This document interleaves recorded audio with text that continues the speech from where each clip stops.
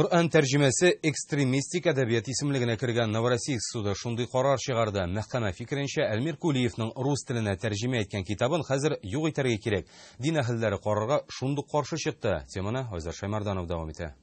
Азербайҗан галиме Әмир Кулиев язган Коръәннең рус теленә тәрҗемәсенә карата дәгъваны Новороссийск транспорт прокуроры белдергән. 17 сентябрьдә өлкәнең район суды шикаятны хуплый һәм хәтта китапны юкка чыгарырга кирәк дип төсти.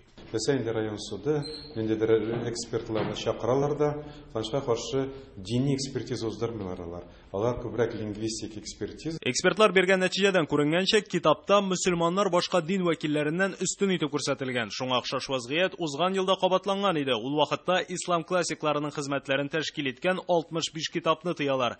Экспертизаны ул вакытта православ дине вәкиле ясаган. Бу юлысыда тикшерүчеләр арасында ислам буенча вәкаләтле кешеләр юк. Бүтүнесен китапларның шу джихад сүзе белән, не белән сүзе белән, көрәш сүзе белән сразу запрет бирергә булмый.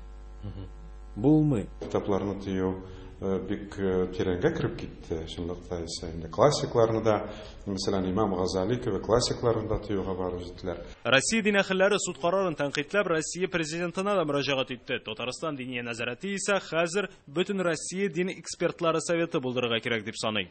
Гомумән Россия күләмендә эксперт советларын кая дин галимнәре кереп, шушы китапларны караганда, алар карап чыгып, үз фикерләрен әйтеп, шуннан соң гына судлары һәм башка инстанциялар үз карарларын чыгарга тиештер. 2 ел элек мондый очрак Оренбургта да кабатланган иде инде. Өлкәнең районара прокуроры татар классигы 30 Имәнинең әсәрен экстремистик эшчәнлектә дип санауны сорап, шәһәр судына шикаят кертә. Ул вакытта Татарстан мөфтияте мөрәҗәгате өстен чыкты. Хәзерге очракта мөфтиләр каршылык белдерсә дә, аларны әлегә ишетүче табылганы юк. Айзар Шаймарданов, Рамзил Гарипов, Яңа Гасыр каналы.